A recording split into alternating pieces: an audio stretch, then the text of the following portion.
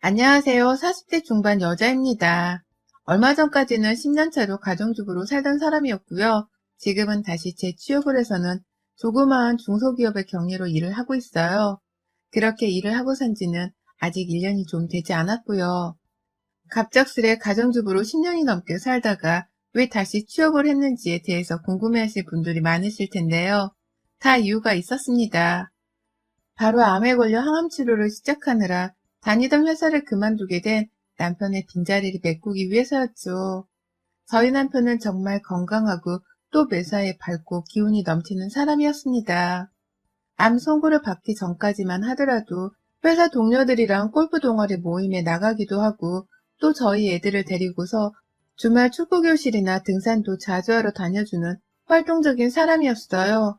아이들도 몸으로 자주 놀아주는 저희 남편을 너무 좋아라 했고 저 또한 TV만 보며 쉬려하는 다른 집 남자들과는 다르게 가정적으로 굴어주는 저희 남편을 참 고마워하고 살았고요. 이상적인 부분들이 많았던 만큼 제 남편을 바라보는 시선은 늘 따뜻했고요. 이런 저희 부부의 사이는 늘 좋을 수밖에 없었습니다. 하지만 갑자기 남편이 대장암 선고를 받게 되면서 하늘은 시커매졌고 저희 부부를 포함한 저희 주변 가족들의 하루들은 너무나 암울해졌어요. 다른 암도 아니고 치유가 되기 힘들다는 대장암에 걸려버린 바람에 제 심장이 바닥까지 떨어진 것은 말도 못하고요. 갑자기 암에 걸려 모든 경제활동을 하지 못한 채 결국 수술까지 받으며 퇴사를 하게 된 남편 때문에 당장에 먹고 사는 문제까지 해결을 해야 하는 지경에 이르렀어요. 천만다행히게도 저희 남편이 보험을 여러 개 들어놓은 상태여서 당장 수술비와 입원비를 포함한 경제적인 것들은 해결을 할 수 있었지만 장기적으로 볼 때 너무 힘들겠더라고요. 경제적인 수입에 있어서 압박이 심해졌습니다. 그러니 제가 남편을 대신해서 급하게라도 중소기업에 취직을 하게 되었고요. 그마저도 정말 제 취업이 힘들었는데 아는 사람을 건너 소개받아 정말 운이 좋게도 제 취업을 할 수 있었어요. 지금은 그 행운을 놓치고 싶지 않아서 열심히 일을 배우며 정신없이 사는 중이고 그 와중에 제 남편 항암 치료도 도와주느라 몸이 10개라도 모자랄 지경이랍니다. 하지만 늘 남편을 생각하면 저의 고생은 아무것도 아니라 생각했어요. 멀쩡한 대기업을 다니던 잘 나가던 사람이 자기 동료들은 승진을 꿈꾸며 매일같이 활기차게 출근하고 있는데 본인은 자진해서 사표를 내고는 병원으로 출퇴근을 하며 항암 치료를 받고 있으니 얼마나 우울하고 자괴감이 느껴지겠나요. 옆에서 보는 저도 이렇게 불쌍한데 스스로 자신을 바라보는 시선이 얼마나 괴로울까 싶더라고요. 가끔 보는 남편의 모습이 많이 야위기도 했고 또 전과 달리 더 이상 아이들이랑 놀아줄 힘도 없다며 가만히 방 안에만 누워 지내는 남편이 딱하기도 했습니다. 아이들도 점점 아빠의 병이 와닿는 건지 아빠를 대하는 태도가 조심스러워지기 시작했고 둘째는 심지어 아빠가 어색하다며 거리를 두기도 시작했어요. 화목하던 우리 가정은 갑작스런 남편의 암 수술로 모든 게 뒤바뀌었고 하다못해 자식과 부모 사이 간의 애틋한 감정까지도 선을 그어버리기 시작하더라고요. 암이 참 죽음이 무섭기도 했지만 이런 사소한 것들에서 느껴지는 두려움이 더 크다는 것을 이번에 처음으로 알았을 정도였답니다. 그러니 저는 저라도 남편의 옆에서 든든한 힘이 되어주고 싶다는 생각에 더욱 바짝 붙어서 살았어요. 일을 하러 나갈 때는 어쩔 수 없다고 치더라도 집에 와서는 아이들보다도 남편을 더 챙기면서 남편이 빨리 쾌차하고 또 다시 밝아지길 손꼽아 기다렸죠. 저의 배우자이기에 이 정도의 노력은 당연한 것이라고 생각을 했습니다. 그 점에 대해서는 남편도 두고두고 고마워했고요. 오죽했으면 저희 친정에서 제 몸까지 덩달아 상할지 모른다면서 걱정을 했을 정도였으니까요. 그래도 친정 식구들이 번갈아 찾아와서는 반찬도 해주고 제 아이들도 돌봐주고 또 가끔 나들이 할 때 같이 껴주기도 하는 등 저와 제 남편이 기운을 차리도록 만들어주려고 해서 힘든 줄을 모르고 으쌰으쌰 하면서 버텨나가고 있었습니다. 아이들이 얼른 커서 대학을 갈 때까지 남편이 살아주길 바라는 마음으로 열심히 현재를 살고 있었어요. 그건 스스로 항암 치료를 받으면서 쾌차하려고 노력을 하던 남편도 마찬가지였고요. 하지만 저희 어머니께서는 당신 아들이 암에 걸려 누워있는데도 어째 한 번을 집에 찾아와 주지도 않으시더라고요. 물론 당신 아들이 암에 걸린 소식을 들었을 때, 그리고 대기업을 퇴사하고 집에서 완전히 항암 치료를 받으며 요양에만 전념하기로 결정을 했을 때 누구보다 통곡을 하면서 힘들어 하셨습니다. 자신의 아들을 잘못 키워서 암에 걸리게 했다며 자기 탓을 하기도 하셨고, 또 멀쩡하던 아들이 갑자기 인생의 하얀 곡선을 그리게 되었다면서 굳이 안 해도 될 말씀을 남편 앞에서 하며 남편을 불쌍히 여기셨어요. 울기는 또 얼마나 서럽게 우시던지. 그 모습을 보니 저도 새삼 어머님이 남편을 낳아준 친어머니셨다는 게 느껴질 정도였죠. 그간은 늘 명절 때마다 제사 문제로 저를 시켜먹고 힘들게 하시는 바람에 제가 좀 시집살이로 어머님을 많이 미워라 했거든요. 불편하기도 많이 불편해했었고, 시어머니가 대놓고 저를 차별하시는 듯 저 혼자만 부엌 안에 보내놓고 설거지든 뭐든 일을 하게 만드셔서 시댁에서 외로움을 느낀 적도 정말 많았습니다. 남편이 저를 잘 챙겨줘서 그 외로움이 그리 오래가지 않았지만, 하나 확실했던 건 시어머니가 저를 딸마냥 예뻐라 하지 않았다는 것이었죠.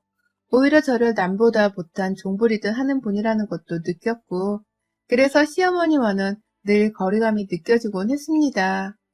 그랬던 어머님은 남편이 항암 치료를 본격적으로 받기 시작하면서부터 조금씩 달라지기 시작하셨어요. 여전히 제 남편을 못 보고는 못 사는 분이고 늘 자기 아들을 챙기겠다며 아들 얘기를 가장 먼저 입 밖에 꺼내는 분이셨는데요. 어째 하는 짓은 점점 저를 골탕 먹이는 것에만 신경이 쏠려 있는 듯이 굴더라고요. 마치 남편이 죽으면 그 후에 더 이상 며느리를 시켜먹을 수 없다고 생각을 하는 것 마냥 말이죠. 그간에 참 여러 가지 일이 있었어요. 남편이 아파서 사경을 헤맬 때에도 시어머니는 저희 집에 와서는 제 남편 얼굴을 한 번 더 보고 싶다면서 옆에 꼭 붙어 계시곤 하셨거든요. 그게 좀 지나칠 정도라고 생각이 들 만큼 매일같이 저희 집으로 찾아와서는 저녁이 다 늦어지도록 집에 있다 보니 제가 부담스러워했던 적이 정말 많았습니다. 그렇게 오셔서는 제가 출근을 한 사이에 제 냉장고를 쑥대밭으로 만들어 놓고는 제가 아까워서 숨겨둔 고기를 마음대로 버리신 적도 있었고, 제가 아끼는 반찬통이 녹슬었다며 그냥 또 버리신 적도 있었어요. 제 살림살이를 마음대로 손대시는 걸 너무나 당연스레 하더니만 급기야 제 안방에 찾아와 제 화장품에까지 손을 대며 아줌마가 하기에 부담스러운 화장품이라며 무작정 버리신 적도 있었죠. 그걸 저는 나중에야 쓰레기 봉지를 버리려고 봉투 안에서 발견을 하고서 알아차렸고요. 내 집 냉장고에 이어서 화장대까지 뒤져보며 내 살림을 간섭하는 게 화가 나기도 했지만 시어머니께는 딱히 그만오시라고 말씀을 드릴 수가 없었습니다. 아시다시피 남편이 암 선고를 받은 후 겨우 항암 치료를 받으며 요양을 하고 있는 중이었기 때문에 시어머니께 남편을 억지로 안 보여드릴 수가 없는 상황이었거든요. 제가 억지로 어머님을 집에 못 오게 하면 그건 말 그대로 암 걸린 아들과 생리배를 하게 만드는 폐륜 며느리라고 욕을 먹을 게 뻔했던 것이죠. 그러니 어머님이 얼마나 자주 집을 찾아오고 또 와서는 제 물건과 살림에 손을 대시더라도 한마디 쓴소리를 하지 않고 내버려 뒀습니다. 언젠가 자기 아들을 보살펴주고 있는 고마운 사람이 나라는 것을 분명 알아주실 거라 믿으면서 말이죠. 하지만 저희 어머님은 절대로 저한테 고맙단 한마디를 하며 위로를 해주지 않으셨어요. 본인 아들이 암에 걸려 슬픈 만큼 저 또한 제 남편이자 제 아이들의 아빠가 아파서 힘들어하는 것에 너무 슬펐는데요. 이런 저한테 위로의 한마디도 해주지를 않더라고요. 집에서 매일같이 부딪히며 봤는데도 불구하고 함께 힘을 내기는커녕 자기 아들이 뭐가 필요하면 야, 너는 네 남편 불편해하는 거 안 보이냐? 라고 하면서 윽박을 지른 채 잔소리를 하셨고요. 남편이 조금이라도 아프다고 속이 불편하다고 인상을 찡그리면 아이들을 돌봐주고 있던 저한테 소리를 지르면서 너 입 안 닥쳐? 시끄러워서 이 정신없는 거 안 보여? 라고 말씀도 하셨어요. 그러면 남편이 당혹스러워하며 엄마, 애들 앞에서 왜 그래? 라며 시어머니를 나무랐고 그러면 시어머니는 아니, 제 목소리는 예전부터 저렇게 무식할 정도로 컸었어.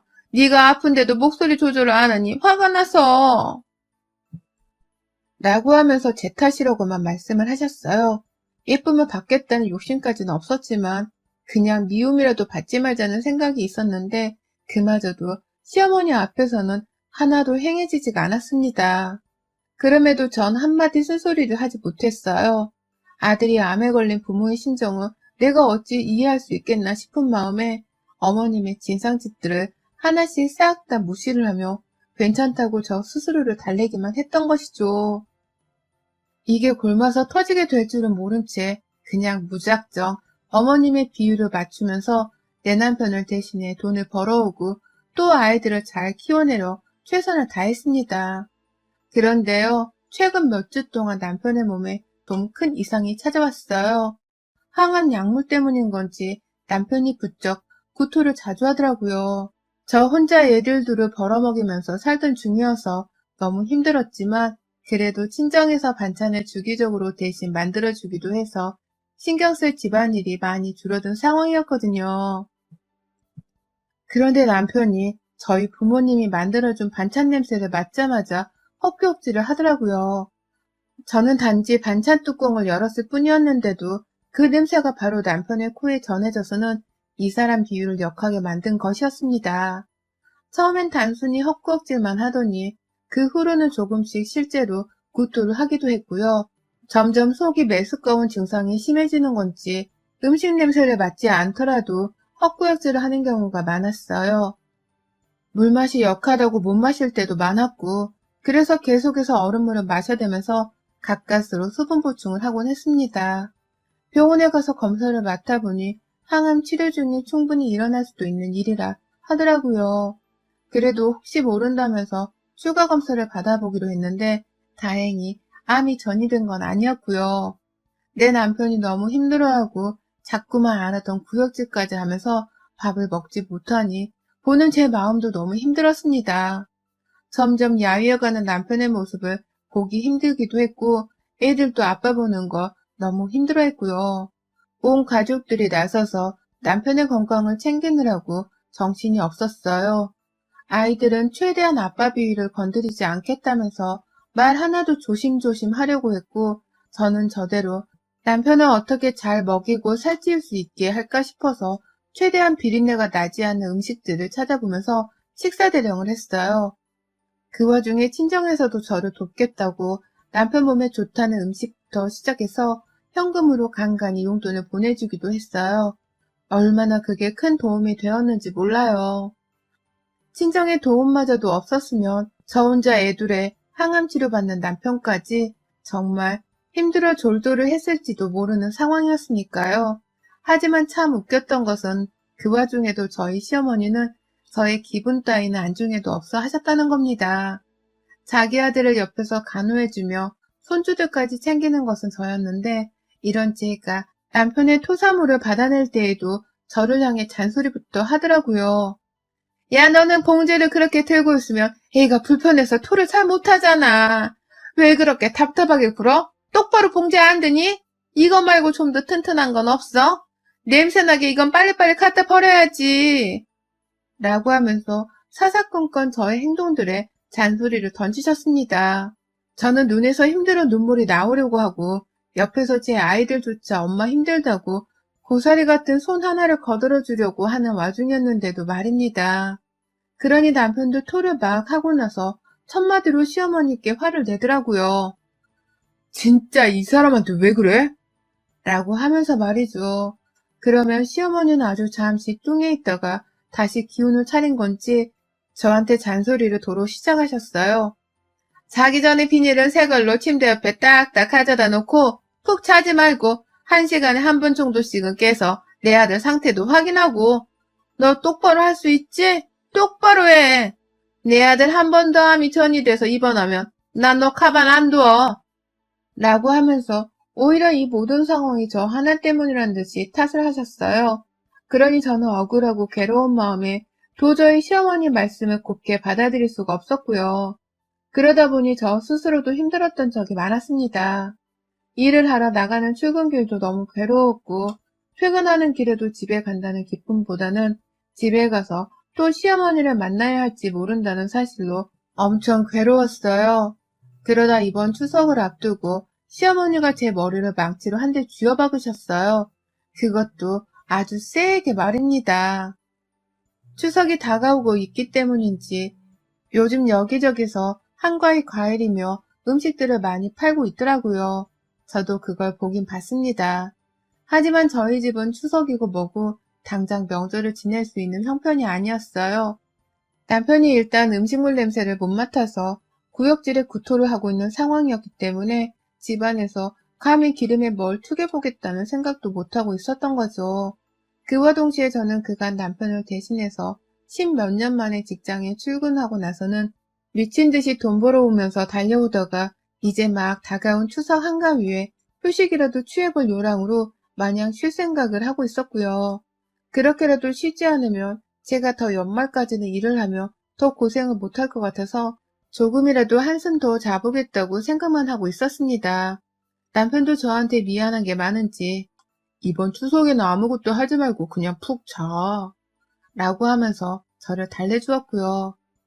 그러니 저도 정말로 이번 추석에는 시댁에서의 명절이고 뭐고를 생각하지 않고 있었어요.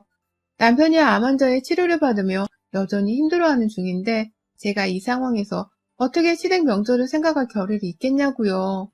어찌 보면 당연한 소리였고 이건 시댁에서도 저희를 배려하기 위해 먼저 신경을 끄도록 만들어줘야 하는 일이라 생각을 했습니다.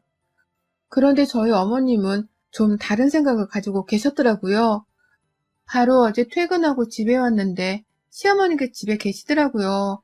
그런데 막 혼자 팔짱을 끼고서는 거실에서 각을 잡고 앉아 계시길래 어머님 괜찮으세요?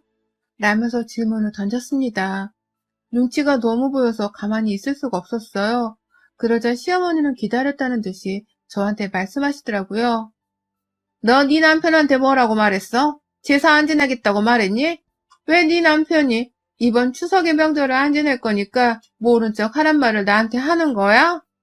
라고 말입니다. 참 기분이 더러웠어요. 남편이 아파서 당연히 추석 신경을 못 쓰고 있는 건데 그 상황을 이해 못하고는 저한테 제가 이간질을 했냐는 식으로 말하는 어머님의 의중이 너무 기분 더럽더라고요.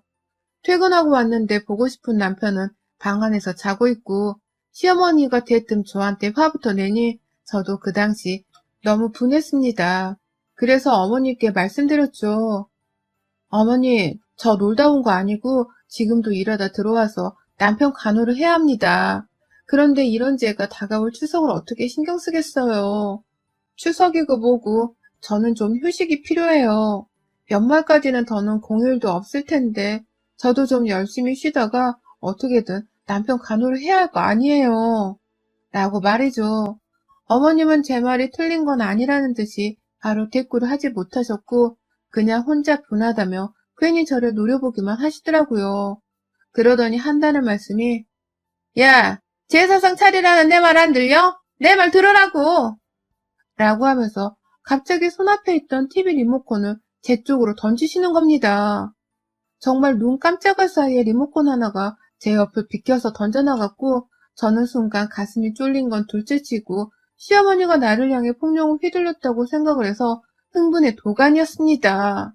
기껏 지 아들을 사랑으로 보듬으며 간호를 하고 있는데 지 아들 토사물까지 받아가면서 옆에서 간호 중인 며느리한테 추석 제사상 차리는 문제를 가지고서 이렇게 폭력적으로 나오다니 다른 사람도 아닌 나한테 리모컨을 던지면서까지 강압적인 행동을 보이려고 하다니 뭐 이런 시어머니가 다 있나 싶더라고요.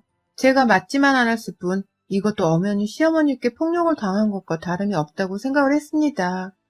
가뜩이나 사는 게 너무 지치고 힘들던 와중이었는데 시어머니가 저를 이따위로 대하고 무시하니 저도 사람 취급을 못 받는 것 같아서 울컥했어요. 지금 뭘 던진 거예요? 나한테 뭘 던진 거냐고요. 내 집에서 왜 물건을 함부로 던져요? 어머님이 다른 사람도 아닌 저한테 이러면 안 되는 거 아니에요? 라고 하면서 눈물을 터트린 채 발악을 했어요. 막 소리를 지르다 보니 남편도 방 안에서 깼는지 여보 괜찮아? 라면서 저의 안위를 막 물어봤고요. 급기야 자기 혼자 일어서서는 방 밖으로 나오더라고요. 왜 싸우냐면서 나왔다가 우는 저를 보고는 엄마, 내 와이프 건들지 말라고 했잖아. 라면서 자기 딴에 소리를 지르는데 힘이 없는지 제대로 소리를 끝까지 지르지도 못한 채 자기 배를 움켜잡고서는 자리에 도로 주저앉았어요. 그런 남편이 걱정되어 다가가는데 뒤에서 시어머니는 와, 아주 무서운 난년이 며느리로 들어왔네. 내 아들 죽으면 저거 분명히 나를 생판 남처럼 모른 척하며 살게 분명해. 이렇게라도 내가 미리미리 시켜놔야 지 일인 마냥 나중에라도 버릇처럼 할 테니 내가 어떻게든 지금부터라도 며느리 교육은 똑바로 시켜야 하는 거야. 넌 가만히 있어. 라고 하면서 오히려 자신의 분노에 타당성을 부여하더라고요. 그러니 자기 아들한테는 가만히 있으란 소리를 하면서 저랑 한판을 덧들 의향이 있다는 식으로 함부로 말을 하셨습니다. 저희 기분은 역시나 안중에도 없는 채로 말이죠. 듣자 하니 시어머니가 대접받을 짓을 해야 제가 윗사람이라 대접을 해주던지 말던지 할 텐데 우리 시어머니는 마냥 며느리인 저한테서부터 대접만을 받고 싶어 하셨습니다. 사람이 오는 게 있어야 가는 게 있는 건데 저를 무시하기까지 하시면서 저한테서는 시어머니 대접을 아주 깍듯하게 받고 싶었던 모양이더라고요. 남편이 죽으면 제가 자신을 모른 척할 게 분명하다는 재수없는 소리를 해대면서 살아있는 내 남편의 죽은 뒤를 벌써 걱정하는 우리 시어머니가 너무 끔찍스러웠습니다. 정말 내 남편의 친어머니가 맞나 싶기도 해서 저는 입을 다물지 못했고요. 그건 남편도 마찬가지였어요. 기껏 살겠다고 발악을 하면서 버티고 있는데 자기 엄마라는 사람이 그딴 소리를 하니 어이가 없다는 듯이 벙 쪄서는 저와 시어머니를 번갈아 쳐다보더라고요. 그러니 저도 시어머니를 내버려둘 수가 없었어요. 어디서 그런 개소리를 내 남편 앞에서 감히? 나는 말과 함께 이렇게까지 하고 싶지는 않았으나 제가 퇴근을 하기 전까지 집에서 남편이 구토를 하고서는 내버려둔 토사물이 담긴 비닐봉지 하나를 보자마자 그걸 집어들었습니다. 시어머니는 제가 뭘 할지를 눈치챈 건지 순간 야, 그거 아니야. 내버려둬. 그거 당장 내려놔. 라고 하면서 기겁을 한 채로 소리를 지르셨어요. 저는 그런 시어머니를 바로잡아서 화장실로 데리고 들어가 버렸습니다. 당신은 아들 건데도 더럽다는 생각이 들어요? 마누라인 나도 아무렇지 않게 받고 있는 토사물이 어머님은 더러우신가 봐요. 라고 하며 비명을 지르는 시어머니의 면상에다가 그 비닐봉지를 탈탈 털어버렸습니다. 시어머니는 비명을 지르다 말고 토사물에 얼굴이 묻히는 순간 그 입을 꾹 다무셨고 저는 저대로 비닐봉지를 아주 탈탈 털다가 화장실 문을 닫고선 나와버렸어요. 안에서 시어머니가 눈을 떴는지 눈 뜨고 물로 얼굴을 닦을 생각을 하고는 있는지 하나도 알지를 못했지만 비명소리가 안 나는 걸로 봐서는 어머님이 지금 충격을 받아서 가만히 서 있을 것이라고 추측이 되더라고요. 저는 저대로 밖에 나와 남편을 다시 부축해서는 안방으로 들어갔고요. 남편은 잘못한 것도 없는데 자기 엄마의 진상짓을 대신해서 저한테 사과를 하더라고요. 그 후 시어머니는 한참 후에야 물을 틀고 샤워라도 하는 건지 한참을 안에서 씻는다고 안 나오다가 물에 빠진 생쥐마냥 홀딱 젖어서 나오셨어요. 보니까 옷까지 다 빠셨더라고요. 그런데 차마 저한테 마른 새 옷을 빌려달란 말은 못하신 채로 그 길로 바로 집을 나가셨어요. 혼자 물에 젖은 채로 그냥 저부터 피해보겠다며 후다닥 집을 나가버린 겁니다. 화장실 안에는 여전히 남편의 토사물 냄새가 살짝씩 진동을 했는데 저야 뭐 늘상 맡는 냄새였으니 상관이 없었습니다. 다만 더 이상 제사상 어쩌고 하면서 남편 속을 뒤틀리게 할 만한 음식 얘기를 하면서 집안 분위기를 흐리는 시어머니를 완전히 차단해버렸네요. 집안에 남은 토사물 냄새보다 사라져버린 시어머니의 존재가 저를 더욱 행복하게 만들어주었습니다. 이 상태로 쭉 시어머니랑은 추석이 되도록 연락을 하지 않을 예정이고 또 제사상은커녕 제사의 제자도 제 입에서 입에 올리지 못하게 만들어 버릴 겁니다. 암 걸린 남편 하나 챙기기도 벅차 죽겠는 사람한테 제사상을 차리라고 하다니 그 옆에 내는 토사물이 아니라 음식물 쓰레기 고물 더미에 깔렸어도 될 사람이었네요. 여러분의 생각은 댓글로 남겨주세요. 오늘도 시청해주셔서 정말 감사합니다.